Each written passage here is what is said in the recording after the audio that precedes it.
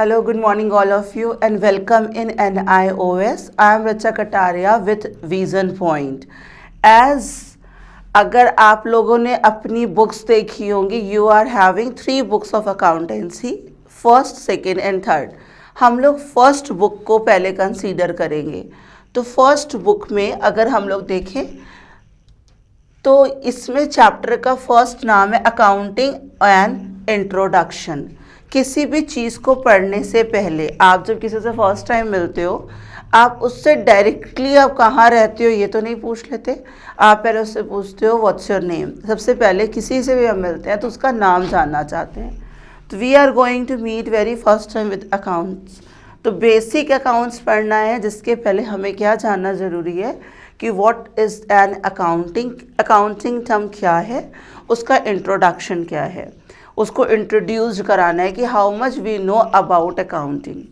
Term accounting means, तो अभी हम सिर्फ एक अकाउंट क्या होता है ये देखेंगे. अकाउंट क्या है. अकाउंट में अगर हम बात करें what is an account, account एक रिकॉर्ड करने की टेक्निक है. रिकॉर्ड करने की टेक्निक है, एक आर्ट है. अकाउंट इज़ एन आर्ट, किसी चीज़ की आर्ट है जिसको रिकॉर्ड करते हैं. क्या रिकॉर्ड करना है, ट्रांजैक्शंस को रिकॉर्ड करना है. Accounting is an art of recording the transactions. अब एक ट्रांजैक्शन हो, you can keep in your mind, आप अपने दिमाग में याद रख सकते हो. 100 transaction, you are very intelligent, you can keep in your mind.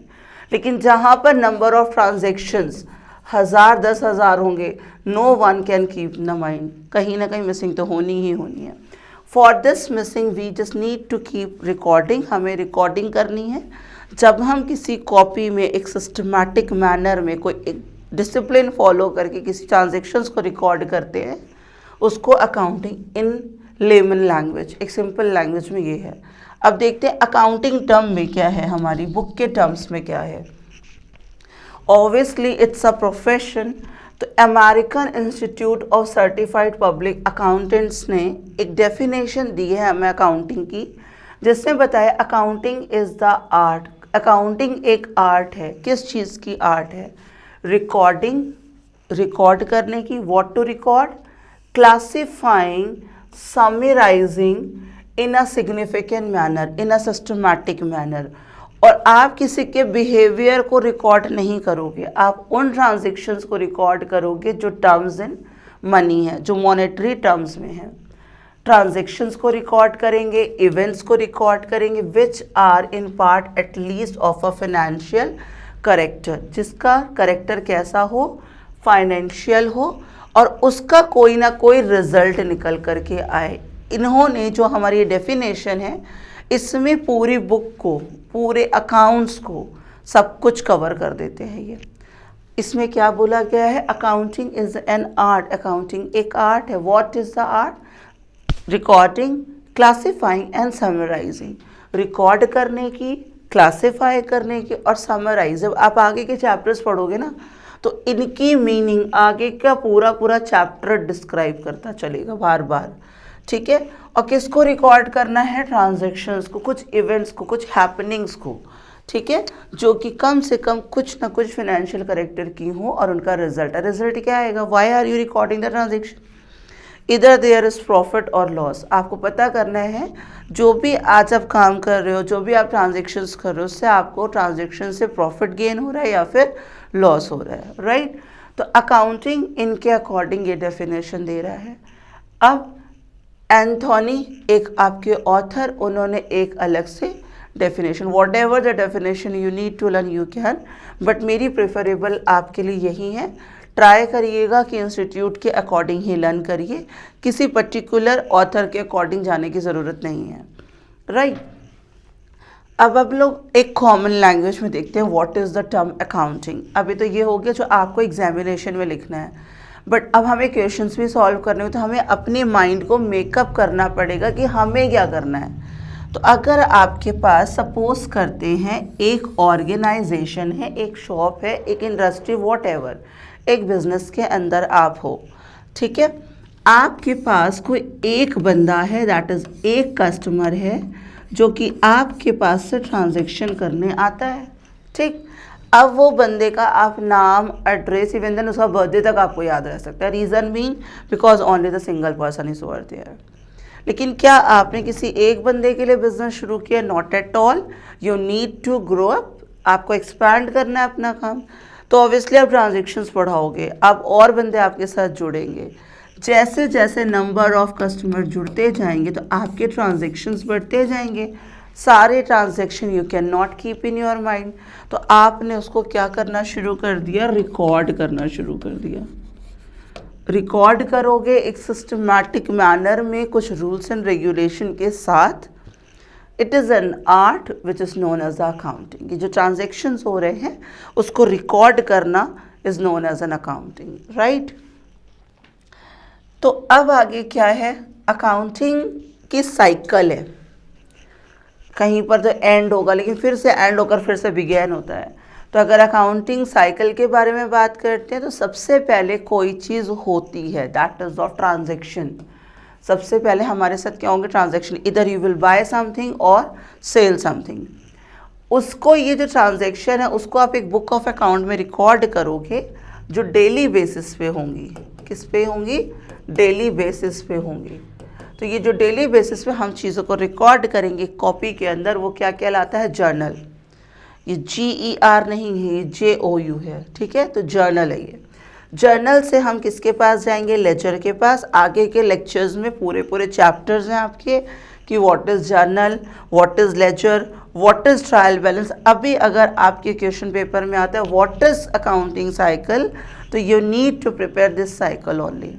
आपको ये अभी फर्स्ट डे आपका जो फर्स्ट चैप्टर है उसमें थोड़ी सी लर्निंग्स है, अदरवाइज पूरी अकाउंटिंग में इधर in BCom, MBA, wherever is accounting is, कहीं पर भी कुछ भी लर्निंग नहीं करनी। Only these are something which you need to keep in your mind. Journal के बाद क्या आ गए? लेजर। लेजर के बाद क्या बनता है? Trial balance.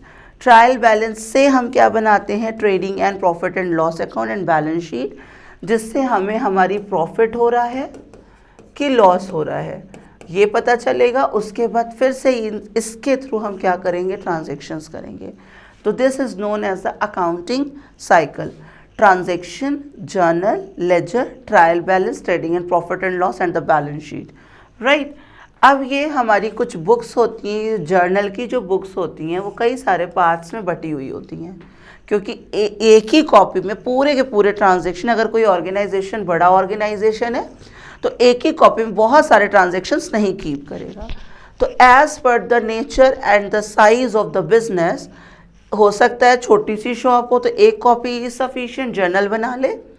बहुत बड़ा बिजनेस है, काफ़ी सारे ट्रांजैक्शंस डेली हो, तो उनको क्या करनी होती है? ये बुक्स अपने पास रखनी होती हैं, which is known as a subsidiary books also. इनको हम सब्सिडरी बुक के नाम से भी जानते हैं। तो जर्नल को इन 8 पार्ट्स में बांटा जाता है, जिसके लिए पूरा पूरा आपका एक चैप्टर है जिसमें आपको क्वेश्चंस करने हैं, ठीक है। तो ये कौन सा है? कैश बुक, जिसमें सिर्फ और सिर्फ वो गुड्स आएंगे जो आपने नगद काम किया है। कैश बुक एक वो बुक होती है जिसमें सारे जितने आपने नगद ट्रांजैक्शन किए हैं, द ट्रांजैक्शन इन कैश, सारे ट्रांजैक्शन कैश बुक में जाते हैं। नेक्स्ट है purchase book. Purchase book is that book in which only credit goods, जिसमें आपने उधार गुड्स को खरीदा है वो जाएगा। आपने खरीदा, बेचा। अब मैं थोड़े और आगे चलती हूँ। देखिए, किसी भी बिजनेस के अंदर 2 तरीके का ट्रांजैक्शन होता है, या तो उधार या तो नगद, ठीक है। अगर आपने नगद ट्रांजैक्शन किया तो आप किस में रिकॉर्ड कर रहे हो? कैश बुक में। और उधार कोई चीज़ खरीदी है तो किस में चला जाएगा? परचेज बुक में। इसी तरह, लेकिन कोई चीज़ नहीं, in the sense of goods. Goods क्या है? कई बार I have repeated this, a pen which I have, ये पेन जो मेरे पास है, this is a asset for me, मेरे लिए ये असेट है। Reason being because I am writing with this. अगर ये नहीं होगा तो I can not teach you even. ये मेरे बिजनेस में मेरे लिए ये असेट्स का काम करती, लेकिन ये जिस बंदे ने बेची है, जिसका इसका बेचना खरीदना काम है, उस बंदे के लिए क्या है? गुड्स है। ये जो बोर्ड है, जिस बंदे ने ये बेचा है उसके पास कई सारे बोर्ड्स होंगे, उनके लिए गुड्स है, बट हमारे लिए क्या है? असेट्स है। उसी तरह से अगर हम copy pen pencil stationery shop जाते हैं तो स्टेशनरी शॉप वाले भैया के लिए वो क्या है, गुड्स है, लेकिन हमारे लिए क्या है, वो दैट इज ऑफ असेट्स है हमारी। ज्वेलरी शॉप वाले अंकल के लिए ज्वेलरी क्या है, गुड्स है, बिकॉज उनको ज्वेलरी खरीदनी बेचनी है, लेकिन हमारे लिए क्या है, वो असेट्स है। इसी तरह से जो भी transaction, what ever the transaction नगद होते हैं, अभी ये पूरी आप लोग आगे के चैप्टर के डिस्क्रिप्शंस में पढ़ोगे, वो कैश बुक में जाएगा। जब उधार माल हम खरीदेंगे, माल in the sense of goods, सिर्फ गुड्स जिसमें हम डील कर रहे हैं, वो परचेज बुक में जाएगा। उधार बिक्रियाँ सेल्स बुक में जाएंगी। जो उधार खरीदा था उसको अगर वापस करेंगे, परचेज रिटर्न बुक में। जो उधार बेचा था वो वापस आएगा तो सेल्स रिटर्न बुक में। बिल्स रिसीवेबल, अभी ये सारी चीज़ों कि आपको डिस्क्रिप्शंस, पहले इनके वर्ड्स को जानो, what does it mean. Bills receivable book and bills payable book and the journal proper. Journal proper जो सब में नहीं जाएगा, लास्ट में जब हम असेट्स को खरीदेंगे, असेट्स की सारी ट्रांजेक्शन्स किस में जाती हैं, जर्नल प्रॉपर में। लेकिन ये ध्यान रखना, ये बुक्स तब प्रिपेयर होंगी जब हमारा बिजनेस लार्ज होता है, हमें कई सारे अलग अलग करके ट्रांजेक्शन्स को दिखाने की ज़रूरत है, which is known as the original entry book and the subsidiary book. इस स्लाइड में आपको मैंने समझाया इसके लिए, इसलिए कि आप ये मत सोचो कि क्या होता है। इसको अब करना सिर्फ क्या है कि अगर पूछा था व्हाट इज अकाउंटिंग साइकिल, तो आपको अकाउंटिंग साइकिल बतानी है। क्वेश्चन अगर पूछा जाता है what are the books are known as the original entry book, तो you need to tell these 8 books. अगर कहा जाता है what are the subsidiary books, subsidiary books भी क्या है, यही हैं। अगर ओरिजिनल एंट्री है, सब्सिडरी बुक्स के बारे में पूछा हाउ मेनी, तो 8 है। कौन कौन सी, तो cash book, purchase book, sales book, purchase return book, sales return book, bills receivable book, bills payable book and the journal proper. तो यहाँ पर डिस्क्रिप्शन ज़्यादा मिल गया, लेकिन डोंट बी पैनिक, सिर्फ क्वेश्चन के आंसर्स के लिए ये शीट है, ठीक है। अगर क्वेश्चन में पूछा गया तो what you need to tell, right. अब पहले क्या था हमारा, अकाउंटिंग क्या होती है, राइट, अकाउंटिंग साइकिल क्या है, और उसकी ओरिजिनल एंट्री बुक्स कौन सी हैं, ये सब्सिडरी बुक्स कौन सी हैं। नेक्स्ट देखिए हम, फिर एक नया टॉपिक जुड़ा, नाम है बुक कीपिंग। अगर हम लोग इसको इंग्लिश की डिक्शनरी में देखें तो बुक को रखना। अब बुक को रख के क्या करना है, ट्रांजैक्शंस को एक सिस्टमैटिक वे में रखना in accounting language is known as a book keeping. Book keeping is the science and art. कोई भी चीज़ साइंस आर्ट सभी हो जाती है, ठीक है। कोई भी चीज़ सबको देखा जाए, अगर बचपन से पढ़ते हैं जो साइंस भी आर्ट भी है, साइंस भी आर्ट भी है। तो book keeping is the science and art of what, recording correctly in the books of account. यहाँ पे करेक्टली का मतलब क्या है, कैश में ट्रांजैक्शन तो कैश बुक में जाएगा, उधार है तो परचेज बुक में जाएगा। अगर इसको वाइज एंड वर्सा करते तो ऑब्वियसली हमारा रॉन्ग हो जाएगा। तो बुक कीपिंग क्या है, जो ट्रांजैक्शन जिसका है, जिस बुक का है, उस बुक में उस ट्रांजैक्शन को रखना। जिस बुक का जो ट्रांजैक्शन है उस बुक में उस ट्रांजैक्शन को रखना is known as a book keeping of account all those business transaction that result in transfer of money। Money के बराबर हों, मनी होनी चाहिए। तो book keeping is the art of recording in books of accounts. Books of accounts में जो भी transactions आप मॉनेटरी एस्पेक्ट्स में करते हो उनको एक सिस्टमैटिक मैनर में लिखना is known your book keeping, right. Book keeping is nothing but to record the transaction in the books of accounts, right. अब बहुत सारे टर्म्स जो पहली बार हम लोग जब अकाउंट्स की बुक खोलते हैं तो बहुत सारे ऐसे टर्मिनोलॉजीज आती हैं जो हमारे लिए बहुत नई होती हैं और जिनका मतलब जानेंगे तभी आगे अकाउंट लगा पाएंगे, अदरवाइज नहीं। और ये सोचे कि बाद में हम करते रहेंगे तो बाद हो गया फिर तो। अब सबसे पहला वर्ड हमारे पास इंट्रोड्यूस्ड है capital. What does it mean of the capital. Capital क्या है, हर बंदे के लिए कैपिटल का आई व्यू अलग है। जब कोई ओनर अपने बिजनेस में जो पैसे लगाता है, अब यहाँ पे एक बात, दो बंदे आ गए यहाँ पे, एक आ गया ओनर जिसको हम लोग प्रोप्राइटर भी कहते हैं, प्रोप्राइटर। दूसरी चीज़ आ गई बिजनेस। अब आप बोलो बिजनेस को इंसान थोड़ी है, लेकिन यहाँ पे जब भी हम अकाउंट्स पढ़ते हैं, अकाउंट्स वाले बच्चों के लिए ये बिजनेस को क्या बना लो, एक इंसान, पर्सोनिफाइड कर दो, सो पर्सोनिफिकेशन कर देते हैं इसको, ठीक है। तो पर्सोनिफाइड कर दीजिए, बिजनेस को एक इंसान बना दीजिए। अब यहाँ पे बिजनेस जो है हमारे लिए एक इंसान का काम करेगा। तो दो बंदे हो गए, एक ओनर हो गया, एक बिजनेस हो गया। जब कभी भी अकाउंट्स की बुक टच करनी है तो अपने माइंड को मेक ओवर करना है कि वी आर बिजनेस। हम कौन है? Business. I am business, I am having this business hand. तो हमें जब भी कभी भी अकाउंट्स लगानी तो बिजनेस को अपने आप को क्या कंसीडर करना है? बिजनेस। तो accounts can never be wrong, लेकिन अगर नहीं करेंगे तो इट्स अप टू यू। तो अपने आप को क्या मान लीजिए कि that you are a business, आप खुद एक बिजनेस हो, राइट। और पर्सोनिफाइड कर दो इसको, एक बंदा समझ लो, एक व्यक्ति समझ लो, एक पर्सन समझ लो। अब बात आती है what is the meaning of the capital. Capital वो पैसे या वो स्टॉक होता है जिसको ओनर अपने बिजनेस में लगाता है बिजनेस को स्टार्ट करने के लिए। Capital is the amount invested by the proprietor. Capital एक वो पैसा होता है, वो अमाउंट होता है जो कि इन्वेस्ट करता है एक प्रोप्राइटर अपने बिजनेस में, ठीक है। It can be in the form of cash, obviously पैसा लगा सकता है, गुड्स लगा सकता है, असेट्स लगा सकता है। हमें एक बिजनेस को चलाने के लिए आपके ऊपर एक कॉबलर है, कॉबलर को अपना बिजनेस चाहिए तो उसको वो सारे छोटे छोटे टूल्स चाहिए जिससे वो कॉबलिंग करेगा, शू मेंड करेगा। हर बिजनेसमैन के लिए कैपिटल का नेचर अलग है। आप कपड़ों की दुकान खोल रहे हो तो कपड़े आप दुकान में भरोगे, उसकी अलमारियां बनवाओगे, तो आपके लिए क्या वो कैपिटल है। आपने इन द फॉर्म ऑफ कैश लगाया, आपने उसमें कपड़े भरे, तो वो क्या है आपके लिए कैपिटल दूसरी है। सपोज दैट अगर कोई ज्वेलरी शॉप का बंदा है तो उनके लिए कैपिटल का नेचर दूसरा है। एक बाबर की शॉप है उसके लिए कैपिटल दूसरी है। एक टीचर का काम है उनके लिए कैपिटल दूसरी। तो capital differs from everyone, right. तो कैपिटल होता क्या है? In Hindi it is known as a poonji. जो पैसा बिजनेस का ओनर पहली बार अपने बिजनेस में पुट करता है, नॉट पहली बार, जब पुट करता है, इन्वेस्ट करता है, it can be in the form of anything in the cash, goods और assets is known as the capital, ठीक है। और कैपिटल का मतलब क्या है इसको अब ध्यान में रखते चलिएगा। Capital is equals to, capital का मतलब क्या? Assets minus liability.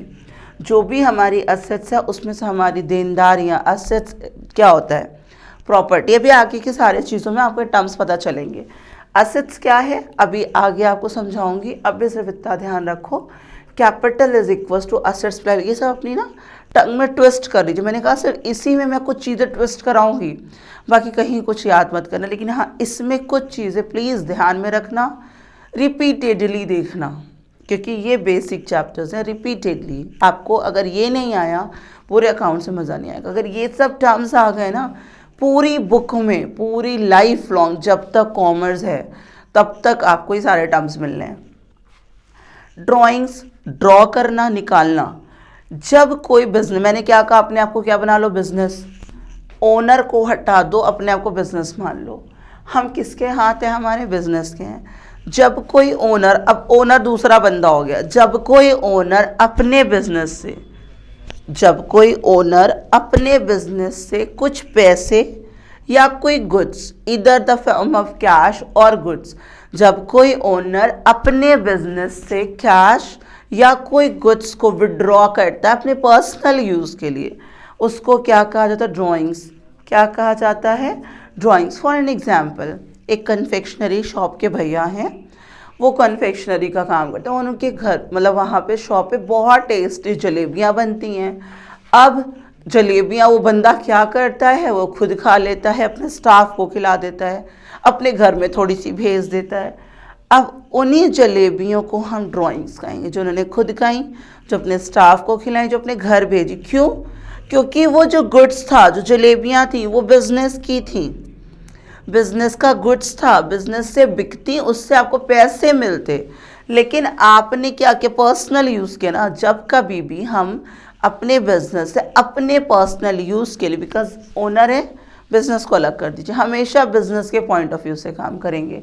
जब हम कोई पर्सनल यूज़ के लिए गुड्स को या कैश को अपने बिजनेस से विड्रॉ करते हैं, that withdrawing is known as the drawings, ठीक है। एनी कैश और value of goods withdrawn by the owner for personal use or any private payment made out of business funds are called as the drawings. I hope you are getting. If not getting, in every video, आपकी हर एक video के and में एक आपको calling number दिया जाता है जिसके थ्रू आप कॉल कर से हम लोगों से कम्युनिकेट कर सकते हो, ठीक है। तो एक एक चीज़ को पहले बहुत स्मार्टली समझो, ये मत सोचो कि मैंने तो नॉइज़ डाला है, इट्स अ ग्रेट थिंग जो सब जगह एक्सेप्टेबल है पूरे ऑल ओवर इंडिया में, ठीक है। और एक एक टर्म्स को समझो, और अगर नहीं समझ आता है तो you are having the option, right. Next, now the term liability has come. Liability means responsibility to pay in layman language. Liability का मतलब है देनदारियाँ, बिजनेस की देनदारियाँ कि मैंने आपकी पेमेंट क्या करनी है। It refers to the amount which the firm owes, firm की देनदारियाँ, राइट। ओज मीन्स जो हम आपसे डेप्टेड हैं। टू आउटसाइडर्स, मैंने आपके पैसे पे करने हैं, this is the liability on me. तो वहाँ पे हमने क्या आपको अंडरलाइन कराया था, capital must be assets minus liability. अब यहाँ पे लाइबिलिटी क्या है, liabilities equal to assets minus capital, ठीक है। अब लाइबिलिटीज़ कई तरीके की होती हैं आपकी internal liabilities and external liabilities. All amounts which a business entity has to pay to the proprietor. Business और बिजनेसमैन अलग हो गए हैं, हम बिजनेस हैं। हमने क्या करना है, इंटरनल लाइबिलिटीज़ वो होती हैं जो हमें अपने प्रोप्राइटर को वापस करनी है। फॉर एग्जांपल, आपने मेरे ऊपर कैपिटल लगाया, मैं बिजनेस हूँ, वो कैपिटल मुझे आपको रिफंड करना है, वापस करना है। This is the internal liability of the business. External कौन है, मैंने आपसे उधार माल खरीदा है, मुझे आपके पैसे चुकाने हैं, मैंने आपसे लोन लिया है, मैंने आपके पैसे चुकाने हैं, तो these are the external liability. Internal liability जो खुद की ओनर को अपने आप को पे करना है, और एक्सटर्नल जो अपने आप को नहीं पे करना है, आउटसाइडर्स को पे करना है। मैंने ये रूम को हायर किया हुआ है, मैंने उनका रेंट देना है, this is the external liability for me, right. Liability में be further divided into two parts. Main ये है, टू पार्ट्स में मेन लाइबिलिटी को डिवाइड किया जाता है। फर्स्ट है नॉन करेंट और दूसरी है करेंट। कोई भी चीज़ अब अकाउंट्स में जहाँ पर भी करेंट लिखा होगा उसका मतलब आप समझ लेना ये विद इन अ ईयर है, विद इन अ ईयर, ठीक है। तो करेंट लाइबिलिटीज़ वो हैं जो हमें एक साल के अंदर पे ऑफ करनी है। Current liabilities refers to, current liability refers to those liability which are paid in future normally within 1 year। कितने साल में पे करनी है, एक साल में। इसके एग्जाम्पल्स को भी ध्यान रखना है। बैंक ओवरड्राफ्ट, बैंक से ज़्यादा पैसा ले लिया, 1 लाख हमारे बैंक में जमा है, हमने बैंक से 1,25,000 विड्रॉ कर लिए, 25,000 ज़्यादा कर ली, 25,000 इज़ द बैंक ओवरड्राफ्ट। जब अपना कस्टमर, जब खुद कस्टमर बैंक से जितनी अमाउंट होती है उससे बियॉन्ड जब विड्रॉ करता है उसको बैंक ओवरड्राफ्ट कहा जाता है। ये करेंट अकाउंट होल्डर कर सकता है। तो bank overdraft is a current liability. Bills payable, creditors, outstanding expenses, short term loans. अभी आपके सारे टर्म्स, क्रेडिटर्स कौन होते हैं, outstanding, everything you will learn day by day in further videos, right. अब नॉन करेंट कौन है, जब current with in a year तो बियॉन्ड अ ईयर क्या हो जाएगी, non current. It just more than 1 year. जब हमें लंबे समय के लिए आपने पैसा उधार दे रखा है, हमें आपका पैसा लॉन्ग टर्म लोन में मिला हुआ है, for example debenture, which is known as the non current liabilities, right. तो लाइबिलिटीज़ क्या है, दैट इज ऑफ देनदारियाँ, liabilities to pay, liabilities equal to assets minus capital. It may be divided into 2 parts, internal and external. Further, non-current and current. Hope for the best that you have got this much. Right? अभी जितना पढ़ाया है उतना I hope कि clear हो गया है, और अगर नहीं हुआ है तो option I told you her video के एंड में आपको नंबर गिवन है टेली कॉलिंग का। अकाउंटिंग क्या है, अकाउंटिंग साइकिल क्या है, सब्सिडरी बुक्स क्या होती हैं, ओरिजिनल एंट्री बुक किसको कहा जाता है, फिर आपने कुछ टर्म्स पढ़ने हैं. This is known as the first term, that is book keeping. Now next, capital क्या है, ड्राइंग्स क्या है, लाइबिलिटी क्या है. Next term we will learn what is the meaning of the assets. मैंने अभी आपको असेट्स पीछे ही बता दिया असेट्स क्या है, लेकिन एक बार फिर से एक रिमाइंडर, जिस चीज़ों से हमें बिजनेस करना है, जिन चीज़ों से हमें अपने बिजनेस को मूव करना होता है, जब हम खरीदे बेचेंगे वो क्या है, गुड्स है, लेकिन जिस चीज़ों से हमें बिजनेस करना है वो हमारे लिए क्या है, असेट्स है. ये बोर्ड हमारे लिए असेट्स है, पेन हमारे लिए असेट्स है. तो anything which is in the possession of the property, possession मतलब हमारे अधिकार में होती है, किसके, बिजनेस के अधिकार में, is known as the assets. जैसे कि कैश, जैसे कि बैंक बैलेंस, जैसे कि स्टॉक, फर्नीचर, ये जितनी भी चीज़ें सबकी क्या हैं, आपकी असेट्स हैं बिजनेस, क्योंकि इसके बिना आपका काम नहीं चलना है. अब इसी तरह जैसे लाइबिलिटीज़ को आपने डिवाइड किया था फर्दर, असेट्स को भी फर्दर डिवाइड हम लोग करेंगे. ठीक है. अब लाइबिलिटी के साथ साथ असेट्स क्या होती हैं, कई तरीके की होती हैं. नॉन करेंट, अब करेंट होता तो 1 साल, नॉन करेंट है तो बियॉन्ड अ ईयर. तो नॉन करेंट असेट्स जो लंबे समय के लिए हमारे साथ जुड़ जाती हैं. बिल्डिंग ले लिया आपने तो 1 साल में चेंज तो कर नहीं रहे हो, it takes time. Plant and machinery, computer, cycle, आपकी furniture, whatever you have beyond a year is known as a non current. कोई भी असेट जो फिक्स्ड नेचर की होती है वो क्या होती है, आपकी नॉन करेंट होती है. अब नॉन करेंट को आगे डिवाइड किया गया है. नॉन करेंट असेट्स को भी फर्दर डिवीजन है. एक वर्ड है टेंजिबल. टेंजिबल की मीनिंग होती है जिसको हम छू सकते हैं. Tangible assets are those which can be seen and touched. इसको छू सकते हैं, देख सकते हैं. ये बोर्ड मेरा टेंजिबल असेट्स है. क्यों, I can see this is a board, I can touch this is a board. अब जैसे टेंजिबल को ये बोला सीन एंड टच, तो इनटेंजिबल क्या हो जाएगी, which can not be seen, which can not be touched, which do not have physical existence. Goodwill आपका नाम है, हर बंदे के लिए आपका नाम अलग अलग है. कुछ लोग आपको अच्छे नाम से जानेंगे, कुछ कहेंगे नहीं बहुत ख़राब है. तो क्यों, it depends on the man to man. ये बंदों के ऊपर डिपेंड है कि किसके लिए अच्छा और किसके लिए ख़राब. एग्जाम्पल्स क्या हो सकते हैं इसके, सबसे पहला एग्जाम्पल क्या है, गुडविल. इसको कलेक्टिव करके लिखिएगा, गुड और विल मत लिख लीजिएगा, दिस इज़ गुडविल. ठीक है. पेटेंट्स राइट, कॉपी राइट, ये सारी कौन सी, जो कि असेट्स तो हैं हमारी लेकिन वो दिखती नहीं है. जो दिखती नहीं है, जो छू नहीं सकते हैं, this is known as the intangible asset. This is the most important assets in the business. If you don't have goodwill, तो ये बोर्ड, ये पेन, ये ऑर्गेनाइजेशन कुछ काम नहीं. If you are having the goodwill, देखा है डॉक्टर्स के लाइन लगा करके अगर बहुत गली के अंदर तब भी लोग जाएंगे, तो वो क्या है, जस्ट बिकॉज ऑफ गुडविल. तो यहाँ पे हमारा करंट एसेट जो 1 साल के अंदर का है, जैसे कि कैश, जैसे कि बैंक बैलेंस, डेटर्स, ये सब क्या होते हैं, आपके करंट एसेट्स होती हैं. ठीक है. अब द थिंग इज देयर कि आपको कोई क्वेरी है तो नंबर भी है, बट आपके पास कहते हैं ना मनी है, but money just willing to pay होना चाहिए. मनी तो है बट विलिंग टू पे नहीं, that's what demand is not creating, it is the same thing. Number है, क्वेरी भी है. If you will make the call तो फिर obviously query will be solved. But अगर कॉल ही नहीं करोगे तो फिर दूसरी बार तीसरी बार देखते रहना. हाँ, बस 2 बार देख करके वीडियो तभी कुछ समझ, बिकॉज ऑल टर्म्स आर, जितने भी इसमें टर्म्स यूज़ हुए हैं सारे terms very new to you, सारे न्यू हैं. अब जब न्यू टर्म्स को हम जब एक बार किसी का नाम पूछते हैं भूल कर, अच्छा आपका नाम क्या था, जब वो चीज़ भूल जाते हैं बार बार जो हमसे डेली मीट हो रही है, तो फिर obviously this is the terms which is used in the accounting sense. और पढ़ाई के नाम से ही लगता है कि हाँ ठीक है, लेकिन ये पढ़ाई नहीं है. This is all about puzzle. Accounts को जितना आप इजी समझोगे एक्चुअली उतना ईजी है. So thank you so much. If have query then call us. God bless you. Meet in the second lecture.